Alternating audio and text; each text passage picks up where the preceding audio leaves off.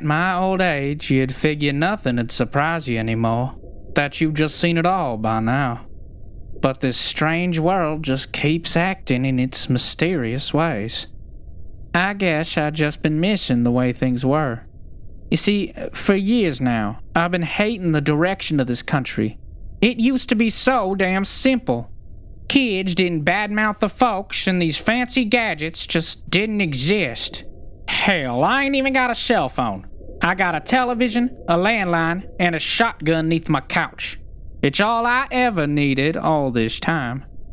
But there was one thing I always wanted, and finally found at the antique store of all places. An old radio, with the 2 antennas sticking up out the top, all for only $10 measly. I knew I had to, so I did. I bought it on the spot. Later on that night, I plug it in and turn it on. I switch over to the AM radio waves and begin scrolling on through. That's when something weird happens. See, the way AM radio works is that each frequency is divisible by 10.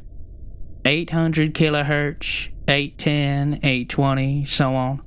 But I turn the knob and it lands on 815 kilohertz, which don't make a lick of sense. Now, I would have thought it was a problem with the radio itself. That is, if I didn't immediately hear a crystal clear voice, crisp like that of a talk show host, booming through them speakers. And as the war continues in Vietnam, the public sentiment remains thoroughly divided. It's a news show from way long ago. Why is this playing? He's talking about Nam. I remember being a teenager during that time. And in local news, Carl's Candy and Treats here in downtown Franklin has been presented with Milwaukee County's most profitable new business award. Wow. I used to shop there all the time with my ma. It's been closed for, I think, 3 decades now. Man, time flies. I sit down and continue listening to the host talk about the happenings from way back when. I feel so good. I suppose I'm just enjoying hearing about a world that used to make so much sense to me. It's like I'm a kid again. After about a half hour, the host says, "All right, well, that's all for tonight. Thank you for joining us, and we'll see you again tomorrow evening at 8, right back here on The Count. Good night." Then his voice is gone and replaced by static. I switch the radio off. I'll be damned if I don't got the biggest smile on my face. My head is flooded with memories of this old town, the way neighbors were, how the children ran up and down the street with their playful laughter. I lie down in bed, and for the first time in a while, I'm grinning like a fool as I doze off. The next evening, I'm wiped out from a full day of running errands. I eat a nice light supper and go over to my living room to sit at the desk and tune in. I've been looking forward to tonight's radio show all day. I pour me some fine bourbon and flip on the radio at 7:59 p.m. At 8 on the dot, that static is replaced with a nice jazzy jingle, followed by the same voice from last night. Good evening and welcome to The Count. I'm your host, Gus Davis. I sip my drink and smile with anticipation, ready for more memories. Gus talks about a pumpkin carving block party that happened just a few blocks over from where I sit now. I remember being there, babysitting my little brother, helping him carve up a jack-o'-lantern. I'm taking it all in, reliving my glorious youth when, all of a sudden, I'm ripped out of it when the host says, "And now I feel it's appropriate that we cut right to Frivolous Friday, our weekly contest where we accept calls from you, yes you, the listener. Call in to answer a trivia question to win this week's prize from the station, which is a trip for 2 to beautiful Las Vegas, Nevada to see the one and only Frank Sinatra perform in the showroom at Caesar's Palace. The prize also includes 2 round-trip plane tickets and 2 free nights at the hotel, along with a casino credit. That's quite the package there, folks. Be sure you call in quick at 414-555-8970. I'll give you a moment to write that down. What the hell? Let's have some fun, I say to myself out loud, feeling pretty fine and buzzed from the bourbon. I pull out a pen from my desk drawer and jot the number down on a notepad. The host begins again. All right, here is this week's question. What was the name of the series of conflicts fought in Central Europe between 1618 and 1648? I gasp. I know this one. History's always been my favorite subject. No one will answer the phone, of course. This ain't real. But the booze is making me feel just right enough to be a little goofy. Let's call the number anyway. I lift my phone up out of its receiver and punch in the numbers. I hold it up to my ear. It's ringing. Suddenly, Good evening. Name and city. I felt like I just jumped into a pool of freezing water with how shocked I was that someone actually answered. Who the hell is this I'm talking to? I answered the lady's questions. I'm Ed from Franklin, I say, cautious. Okay, Ed. Please hold on just one moment. I'm lost in my thoughts. What kind of prank is this? This show took place 50 years ago. What company owns this number now? There's some silence on the line before... And now we are live with our first caller, Ed from right here in Franklin. Ed, how are you tonight? Gus's crisp voice loudly comes out the radio as well as the phone. I'm locked in place. My hand is trembling. I'm staring at the radio like a deer in the headlights, trying to process it in real time. Ed, are you there with us? My mouth is open, but the words just won't come out. I'm totally frozen. In a panic, they finally spill out my mouth. Yes, I'm here. All right, so you believe you know the answer? I clear my throat, try not to focus on the sweat rolling down the back of my neck. Yes, I do. Okay, what is your answer? The 30 Years' War, I say, just confident enough to hide my shaky voice. That is... correct! You're going to Vegas to see Sinatra perform live. How does it feel? Look, I don't know why, but in that moment I forget about the circumstances surrounding this conversation. My face just lifts up in joy. Well, it feels great, I stutter into the phone. All right, well, thank you for playing, Ed. Come claim your prize here at the station on Monday. Just a reminder to our other listeners, we do this every Friday night, so be sure you tune in and you too can have a chance at winning big right here on The Count. The host continues on with his show, and that's when I'm pulled back out of the hazy fog of adrenaline and enjoyment. I'm grounded back into the terrible reality. This ain't real. None of it. This show aired half a century ago. So what the hell was that? How did that number work? I'm suddenly overcome with a feeling of dread. I quickly reach over and turn the radio off.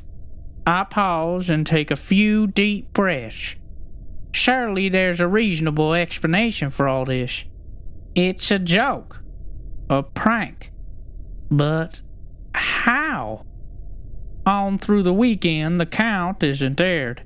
But on Saturday, I go over to the library and use the computer to do a little bit of research of my own. I search up the show to find nothing more than a small summary that showed that it aired from the Franklin radio station, weeknights at 8 p.m. from the mid-60s to sometime in the early 80s. It also says it was hosted by a man named Gus Davis. On Friday night, whoever it was on the radio told me that I won a prize and can claim it at the station on Monday. I decide that I'ma go take him up on that offer and get some answers. First thing Monday morning, that's exactly what I do. I hop into my truck and drive on down to the Franklin radio station. I walk into the lobby and tell the clerk that I'm there to speak with someone about claiming my prize. She looks at me like I've got roaches crawling out my mouth. I go on to explain that I won it in a trivia game called Frivolous Friday on a show called The Count. The clerk tells me that they hadn't hosted any sort of prize giveaway on the station for over 2 decades. She goes on to tell me that they don't do any reruns of old shows. Then what do I hear on 8:15 a.m. frequency? At 8 o'clock? I ask her. Then her face contorts in extreme confusion. She tells me that's not even a radio station and that they only air on FM radio. Before I can say anything further, she says I can look at the WCR News archives online for each week's episode going back 3 weeks to see that there haven't been any contests being hosted by the station. At this point, it's obvious she ain't gonna help me any further, so I leave. It's just all so bizarre. Of course, going into the station that morning, I knew I wouldn't actually be getting any prize from them. Especially not tickets to see a performer that's been dead for decades. I was just going there to get some information on what they're up to. Airing old news shows at night and allowing people to call in, pretending it's real. I know what I've been hearing. It's not imaginary, but for whatever reason, the station is denying all of it. Is that part of this prank? Looking at me all crazy? Frustrated out of my wits, I go back home. At 8 p.m., I just can't resist. I turn the radio on. As expected, the static is replaced by the familiar voice. Good evening and welcome to The Count. As always, I'm your host, Gus Davis.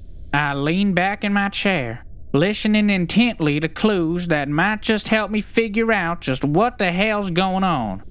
As per usual, we have plenty of news to get to. However, for the first time in the show's history, we have a prize winner that failed to claim our weekly prize here at the station. I sit up, focused and alert. We attempted to reach out to the winner today. However, he was unable to be reached by phone. So we decided that we would do our first ever call out, live on air, to try to reach him. I'm stunned. I never got a call today. As I'm contemplating this, the phone rings. Every hair on my neck stands straight up. I lean forward and slowly reach for the phone, my throat dry. I lift the phone up to my ear. Hello? Hello, is this Ed? This is he, yes. Ed, this is Gus Davis, host of The Count. Welcome back to the show. You are live on air. Who is this?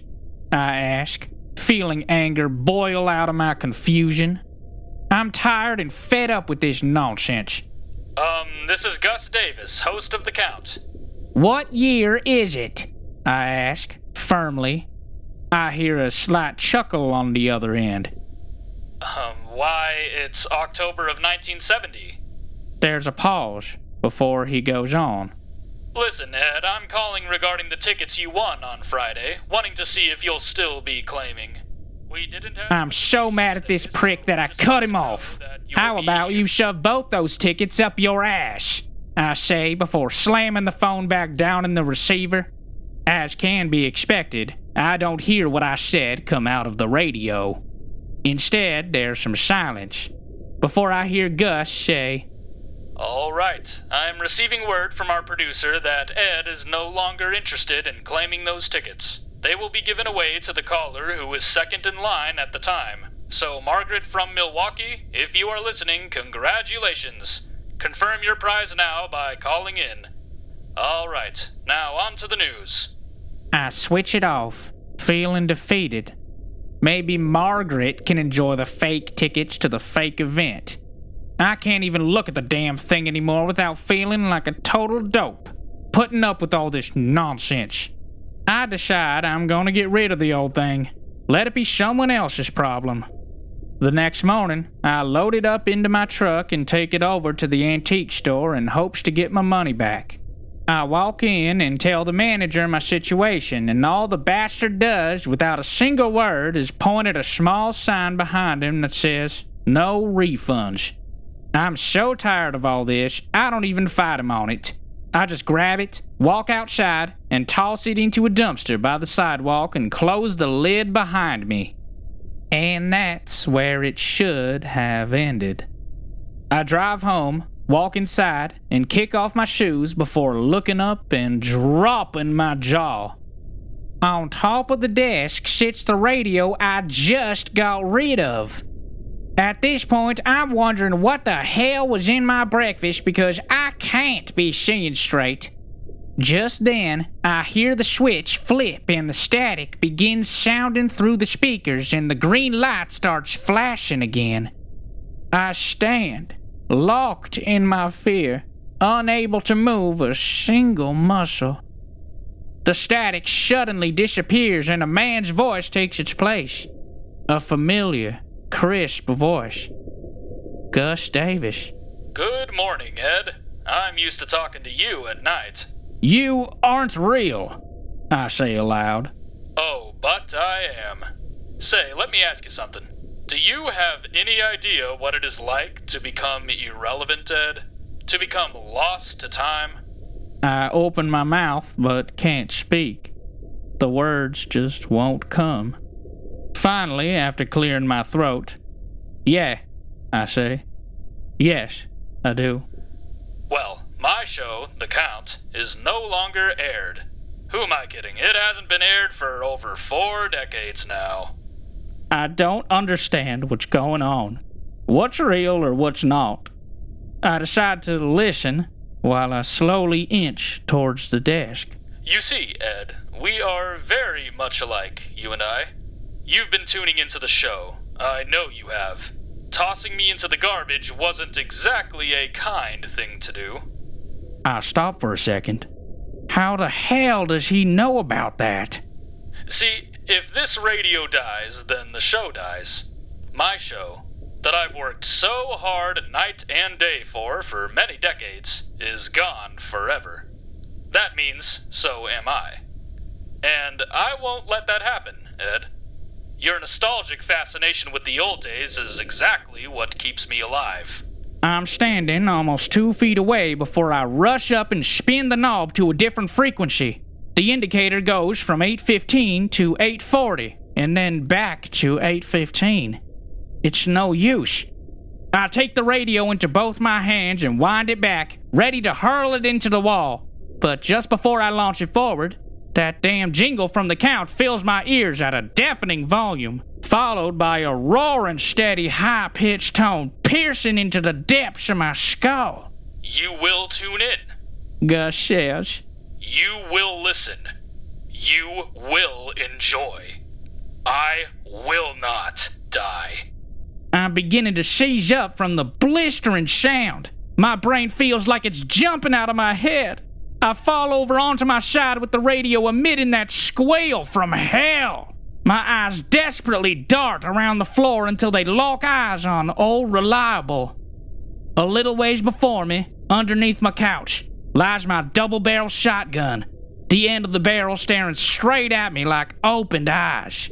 I grab hold of it and yank it towards me, while the sound spilling out of the radio becomes ever more unbearable. I drop the radio and it falls to the floor with a thud. I raise the shotgun up to my shoulder, loudly pump it, and take aim. I line the sights up onto the speaker before yanking the trigger back with my hooked index finger. Before I know it, there was got to be 100 pieces of metal and plastic just soaring through the air past me, followed by the plop of the 2 antennas onto the wooden floor. But it only lasts a mere second. Then there is nothing but silence. The radio lies in several small pieces scattered across the floor.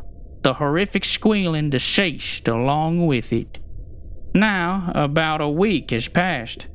It's awfully hard to think about, but looking back, it's ironic how the one thing that seemed to bring me joy showed me exactly what happens if you choose to insist on staying the same while the world around you moves on. Now, when I deal with the radio, whether it be in my car or elsewhere, I notice that the AM channels don't ever stop on 815 kilohertz. It's almost like that freakish frequency from hell had died with that radio. And may it stay in hell, where it belongs.